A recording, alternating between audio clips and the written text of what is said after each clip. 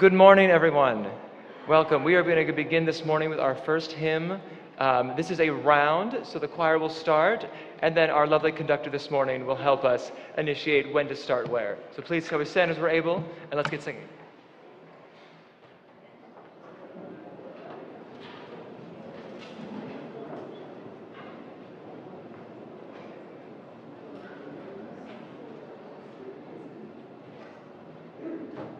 Good morning. In 7 years, I lost my watch.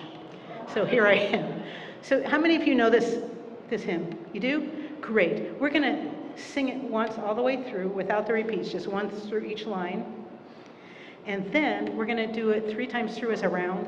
Part 1, Part 2, Part 3, Part 4, and anyone who wants to join Part 4. They're few in number.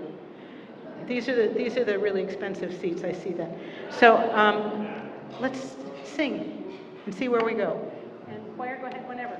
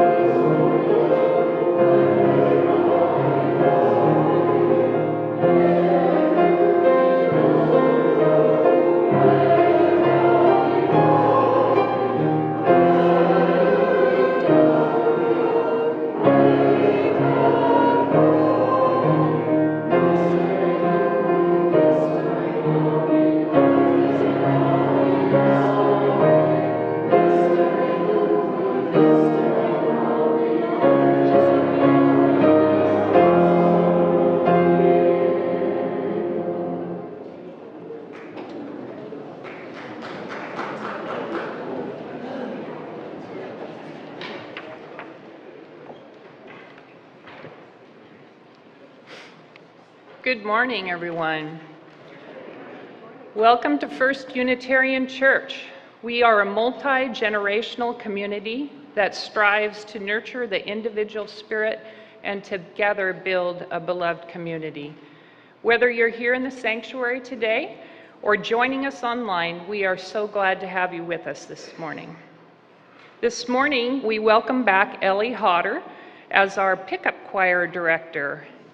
Yay.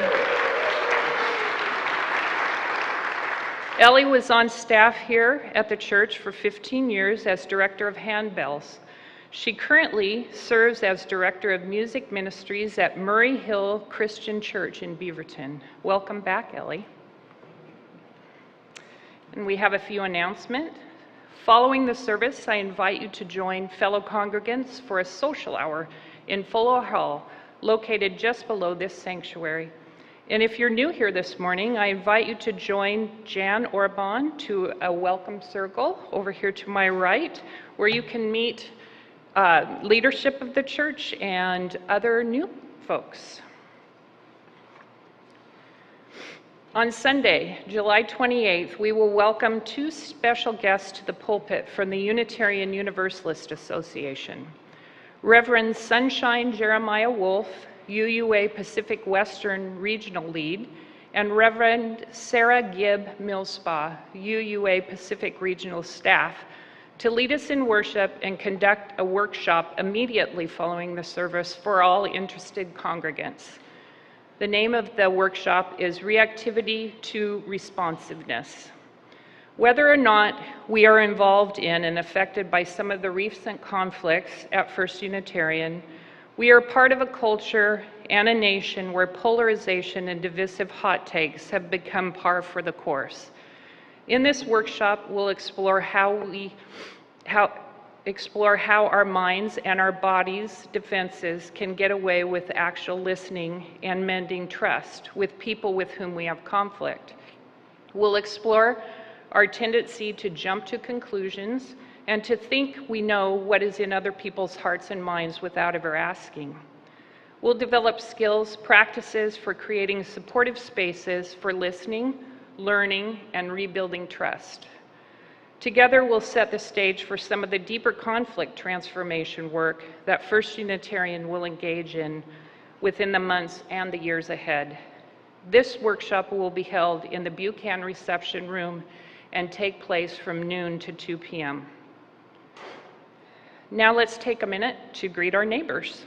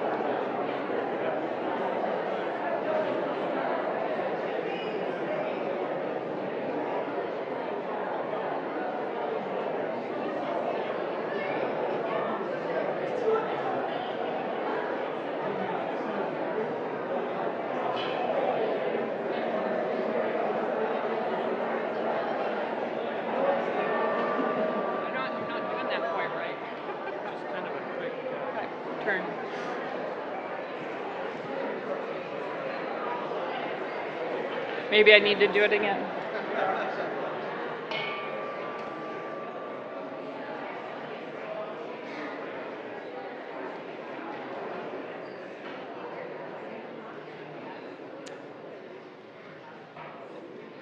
Now, Reverend Tom will join me in lighting our chalice. We are Unitarian Universalists. We light this chalice in faith, in hope, and in love.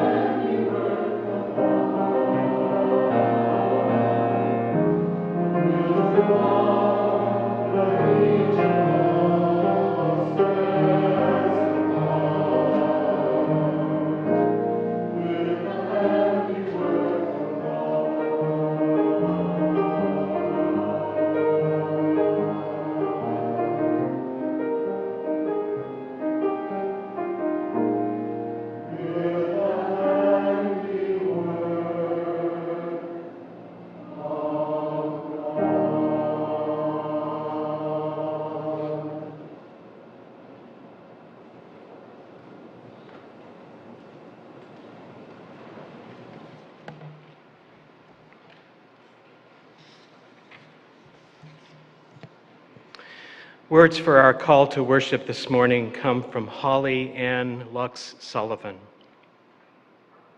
Give me your moldy, your stale, your sprouting potatoes. Bring me that wilted, pitiful bag of salad you really meant to eat this time. Bring me your bananas too, brown and mushy, even to make bread with. Bring me your grass clippings and fallen leaves. Give me the wretched refuse of your teeming refrigerator, yearning to rot free. Give me all of these, and we will make life itself.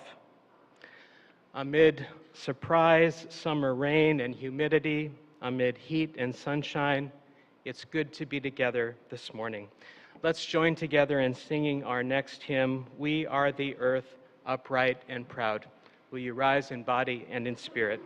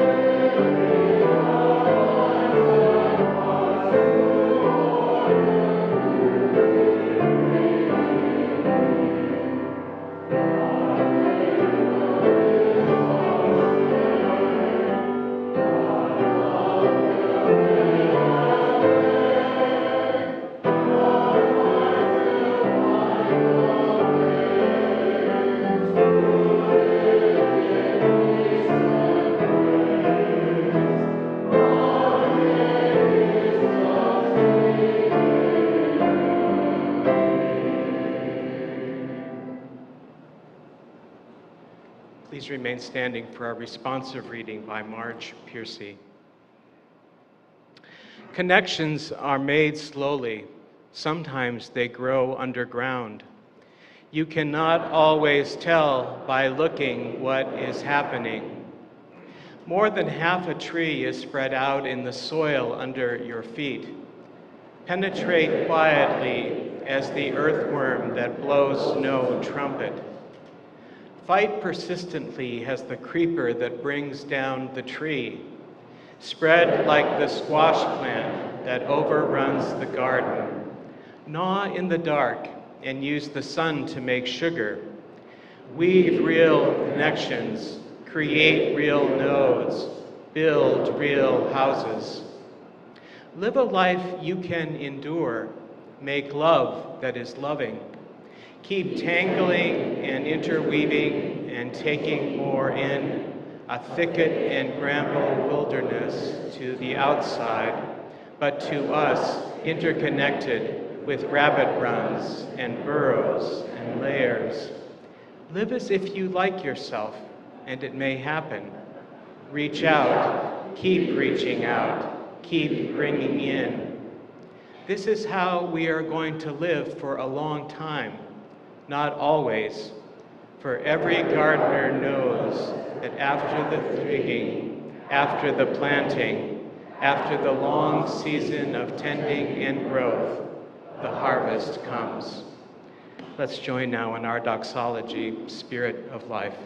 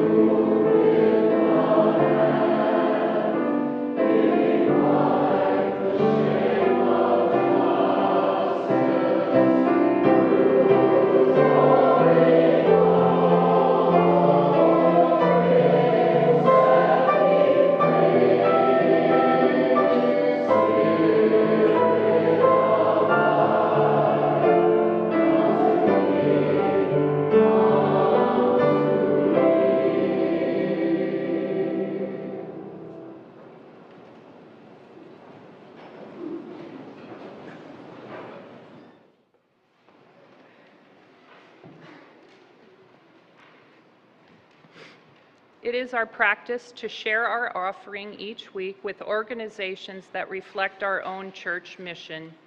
This summer, we're focusing on Unitarian Universalist organizations. Today, we share our offering with Trust, transgender, religious, Unitarian Universalist professionals together. Trust is an organization of Unitarian Universalists who are living out a call to ministry within Unitarian Universalism. Its mission is to advocate for the gifts, safety, liberation, and leadership of trans-religious professionals in Unitarian Universalist ministries and institutions. If you'd like to give here, a QR code will appear shortly. If you are online, you can also use the donate button on Boxcast. And for those of you who are in person here today and would like to pay by cash or check, ushers will be coming by shortly. Thank you for your generosity, which sustains the ministry of this congregation and our partners in the larger community.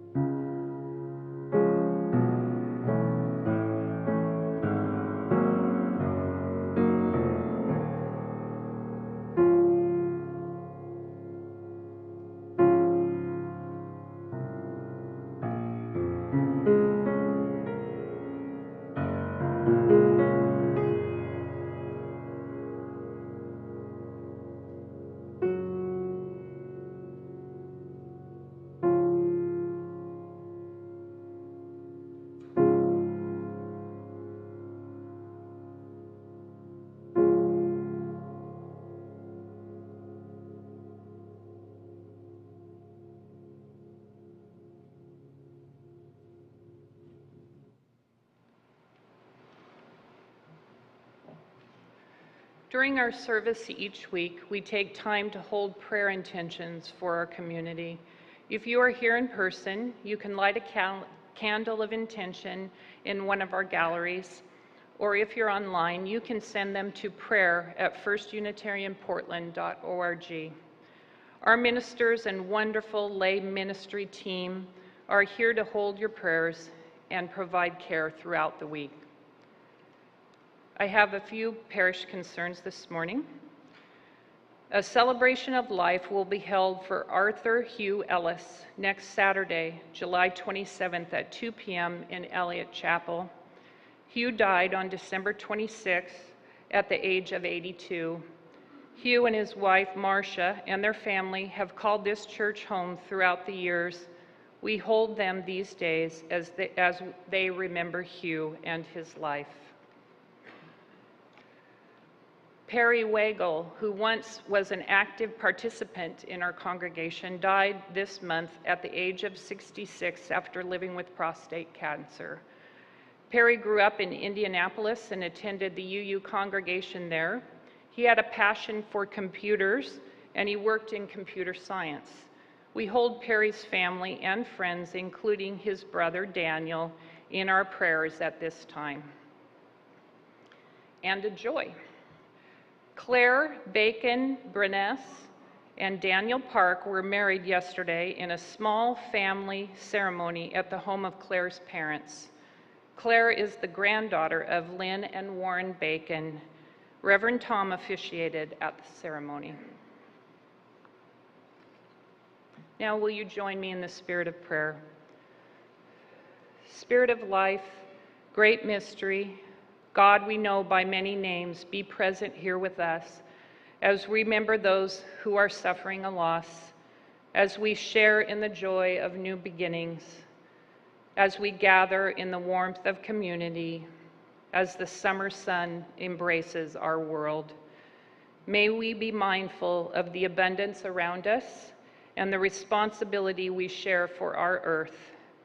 As we enjoy the bounty of this season, may we remember those who struggle in the heat. Grant us the wisdom to care for one another and the courage to protect our shared environment. In the spirit of interconnection and love, we move forward with hope and purpose.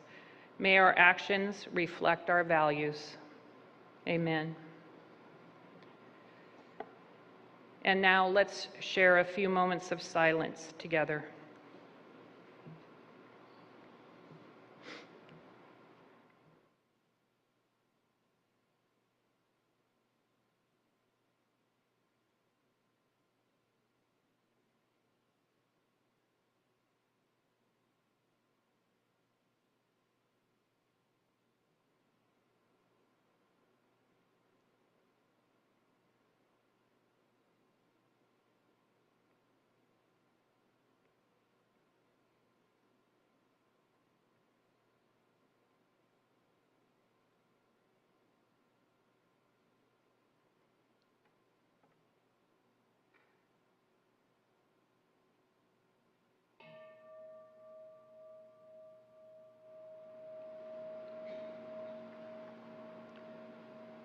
Please remain seated as we sing together, "'Tis a Gift to be Simple."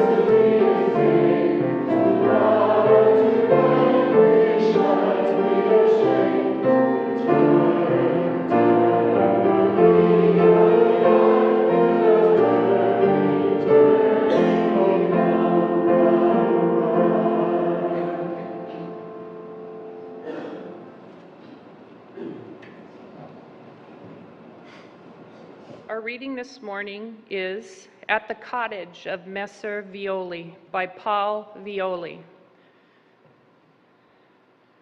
The mailbox, painted dark blue, sits atop a tilted cedar post. It has a red flag on one side and is altogether remarkable. The Toyota in the driveway is very old and is said to have come from Japan. There is in the hallway an immense dog food bowl. It is made of iridescent pink plastic. It is, as I have said, immense, and it is hideous. In the kitchenette, a statuette of Ceres, god of Wheaties. The dishwasher is a Kenmore, and altogether worthy of praise. In the foyer, the oversized painting of a pork chop provides visitors many opportunities for conversation. And in the servants' quarters, there are many impressive works that stress the imminence of death and the probability of hellfire. Placed on the broad maplewood table beside bottles of cognac, there is a recording device with a silver megaphone into which natives are often invited to shout the oral histories of their people. We whose hearts have been gripped by life scoff at the idea of art as mere ornamentation, so they seem to proclaim the 3 statues that adorn the neighbor's lawn, plaster deer with real bullet holes in them.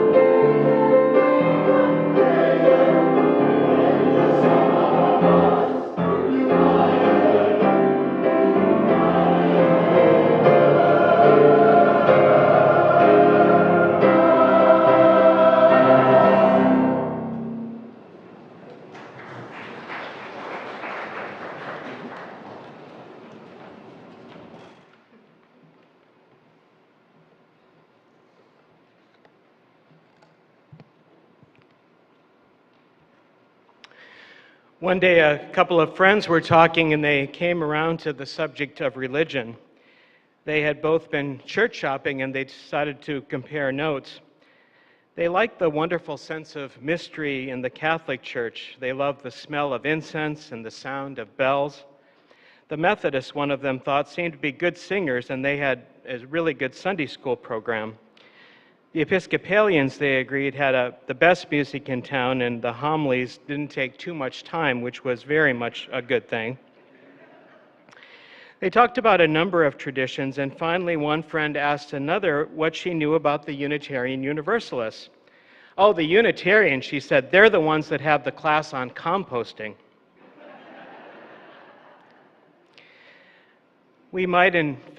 We celebrate the fact that we are a faith that honors a range of beliefs. We need not think alike to love alike, is how one of our ancestors put it. But just how is that lived out for each of us day by day in our living? That's going to vary. Today I'd like to talk about what I might call the spiritual practice of composting. Yes, composting as a spiritual practice, at least for metaphorically speaking. And maybe I should say up front that just like other spiritual practices I have tried, I have not always been all that successful when it comes to composting. Now let me try to explain. I think the earth has a lot to teach us about how we might live. One season flows into another. The summer bounty and beauty we are graced with right now just doesn't magically happen. This season we are in follows the seasons before it. What is now in bloom was not all that long ago dormant. As our responsive reading this morning tells us, connections are made slowly. Sometimes they grow underground. You cannot always tell by looking at what is happening. Now, when it comes to composting, just how is it that the waste we produce eventually comes to be rich humus that makes such rich stuff that things can grow in? Just how does that really happen? What we know is that it doesn't just magically happen. It takes the right combination of elements: temperature, the right mix of wet and dry ingredients, the need to turn the pile on a regular basis, all the other things that make it happen, like worms and tiny creatures. So many elements working together. Now, in the spring, post-winter, if we have the opportunity to get our hands in that soil, we begin to see the life that is there. Worms crawling around, the bugs making their way over the tiny ridges of soil, the plants that at first sight appear to be dead coming out of winter. And as we further inspect, we see the signs of growth emerging. Little tiny leaves and buds appearing, leaves that had fallen from the trees this fall before, that are now become part of that soil, and that are now in some different form, a form that continues to give forth life. And then there's that particular smell of earth in the springtime, a kind of sweet smell, a kind of rotten smell, ready to be more active once again. And in all this, there are lessons we know. We are reminded once again that things don't die perhaps as much as change their form, and that one form evolves into another, and that really it's all part of some much greater cycle. What has died will become energy and food for more life. From the death of winter, new life springs forward. And now in this season, we see bounty. And somehow I continue to find myself still a little surprised and maybe even amazed at just how this all happens, and in the familiar patterns that we come to know year after year, and in the surprises too, like thunder and spring rain that happened just before church this morning. Now, I know some of what happens in all of this. I know about how those bugs are working, how the moisture plays a role. I know that things rot and decay and they do change form. I know that the temperature is important and the amount of sunshine. But even when I know all of this, At the core of this change, this evolution, is some wonder and mystery that I may never be able to fully explain, no matter how much I study the science of what's happening. Exactly how living things are able to be still for a time and then move forward into something new, I may not ever fully understand that, and in fact, I may not want to know. What is most important for me is that year after year, this seems to happen. I don't need to look far in the natural world to start to see the parallels in my own life, too.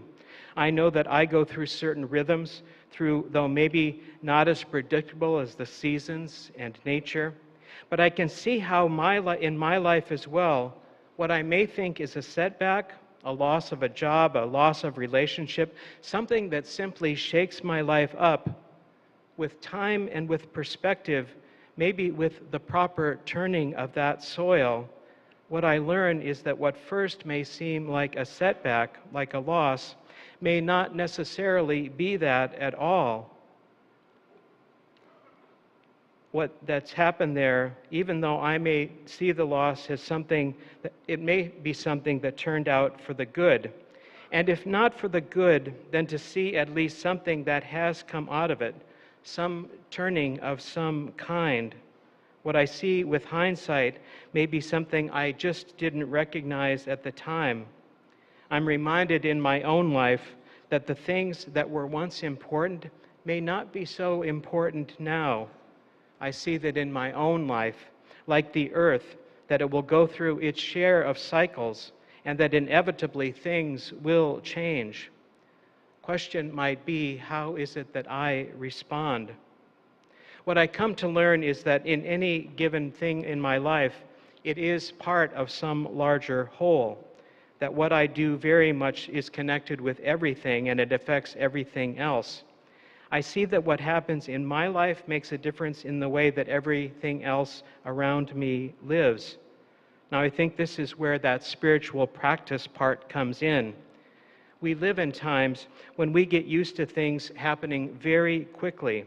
We want things and we want them now.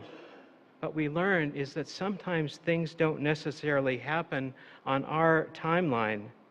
They may take their own good time to come to fruition. This is how writer Kelly Knight sees it. Her words: what might go into our spiritual compost bin, things like long-held but no longer useful beliefs, lingering resentments, relationships that have become toxic, and anything else that weighs our soul down. A lot of the time when we let these things go, we find ourselves a lot lighter. I often visualize a real compost bin and putting my worries and old ways of thinking deep inside it. When intrusive thoughts emerge or I want to ruminate on some old memory I'm still hanging onto, I think about turning it over and over and over in that compost bin, and then I imagine walking away from it. It's a conscious effort to not get sucked into anxiety and rumination. But when I can let things sit on their own, it may be that I feel much better. This practice of letting go, of spiritually composting, has also meant that what comes out is something much richer. Processing trauma and examining what is and isn't useful to us anymore can often provide a fertile ground for self-growth and reflection.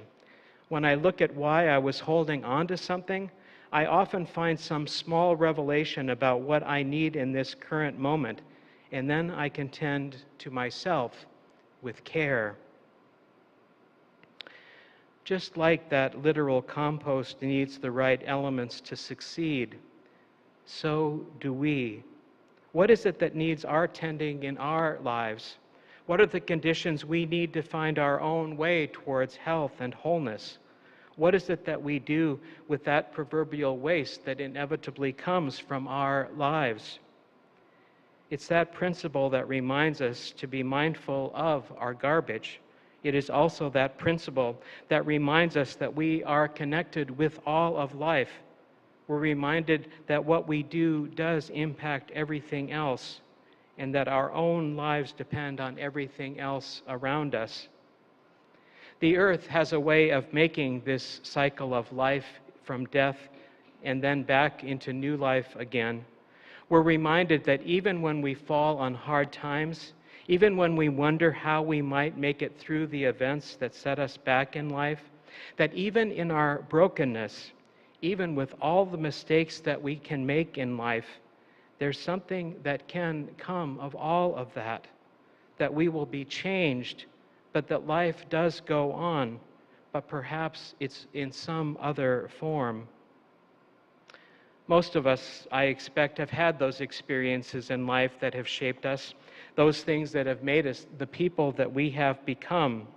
And in life, there are those experiences we can look back on, those experiences where we really wanted something only to look back years later and realize that it may have actually been a blessing that the job did not come through or that our relationship did not work out. It may be with that hindsight, we can see what happened likely may have even been for the best, or at least that something good was able to come out of it. But at the time, we could not perhaps have even imagined that that would be the case. And we can look back on things that were terrible, things we thought we would never recover from, and we can see, in fact, that we did, that those experiences, while not what we would have hoped for, made us different in some way, and that we too found something to treasure from those experiences. That, I think, is what happens in that metaphorical pile of compost. Writer John Halstead says that composting has taught him a lesson about the messiness of life, how we all have those experiences we wish hadn't happened, how it is easy to wish them away or to will ourselves to simply forget them. Halstead recounts his own struggle with anxiety and depression and how it was, as he describes it, ugly and messy and humiliating and long, but how he has also come to see that all those experiences are part of that composting of life. His words now: I can't make bad experiences disappear. We think we do this when we throw something in the garbage, but we're learning as a civilization that nothing really ever disappears, and the things we throw away can have a way of coming back to haunt us. And as much as I would like to forget some of my experiences, far better I think it would be to find a way to compost them, to turn those experiences I would like to forget into qualities I would like to have, like patience and like compassion and wisdom. Turning bad into good, death into life is a long, slow, and sometimes painful process. It takes hard work, patience, and also a fair amount of grace, that unpredictable and uncontrollable quality of life. And it takes willingness to plunge in, and sometimes it takes a willingness to get messy. Life is sometimes messy, we know. It certainly feels like that in these times we are living in. Division, hatred, so much that would separate us from others, so much that would only build up walls that maintain that sense of separation from others. We're asked again and again to be part of that larger process of turning away from what separates us and towards what we have in common. It's a process that never ends, and that's where that spiritual practice piece comes in, I think. That's where we need to tend to that metaphorical compost pile each of us tends in our lives. How is it that we are able to turn from those things that separate us from those things that and help us to recognize our interdependence? In life, we cannot always know what struggles are going to come our way, and we learn over and over again just how impermanent life really is. We know that too often we may not find the answers, or at least not right away. But imagine, if you will, that tiny tomato plant that suddenly shows up in the garden one day, one that we did not plant, Imagine how that plant we come to look upon now likely came from some seed that was tossed in that pile in the form of vegetable scraps, maybe a long, long time ago, but survived, and how it's now entering some new cycle of life. Somewhere is there is the call to that spiritual practice that might help us recognize that mystery, that how the earth does move in its rhythms, how so often moments of grace do happen, how it all seems to move in some common pattern with so many, many parts. Words again of poet Marge Piercy. Penetrate quietly as the earthworm that blows no trumpet. Fight persistently as the creeper that brings down the tree. Spread like squash plants that overrun the garden. Gnaw in the dark and use the sun to make sugar. Weave real connections. Create real nodes. Build real houses. Live a life that you can endure. Make love that is loving. Keep tangling and interweaving and taking more in, a thicket and bramble wilderness to the outside, but to us interconnected with rabbit runs and burrows and layers. Live as if you like yourself, and it may happen. Reach out, keep reaching out, keep bringing in. This is how we are going to live for a long time, not always. For every gardener knows that after the digging, after the planting, after the long season of tending and growth, the harvest comes. In all of our days, may we tend that garden of our lives, that compost pile that makes it all possible. And in that tending, may we know life in all of its wonder, all of its beauty, all of its brokenness too, but most of all, in all of its possibility. May this be so for us this day. Amen. Let's sing together now our closing hymn, For the Earth Forever Turning. Will you rise in body and in spirit?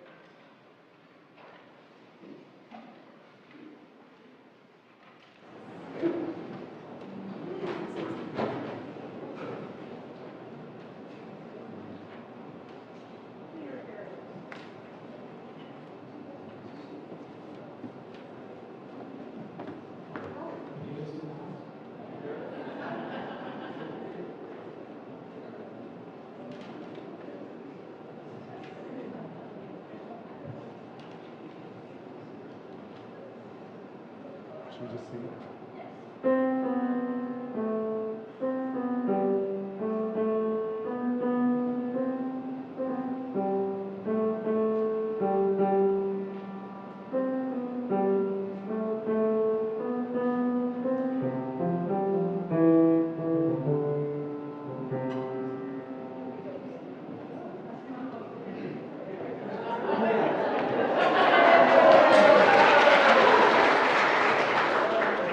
The string downstairs.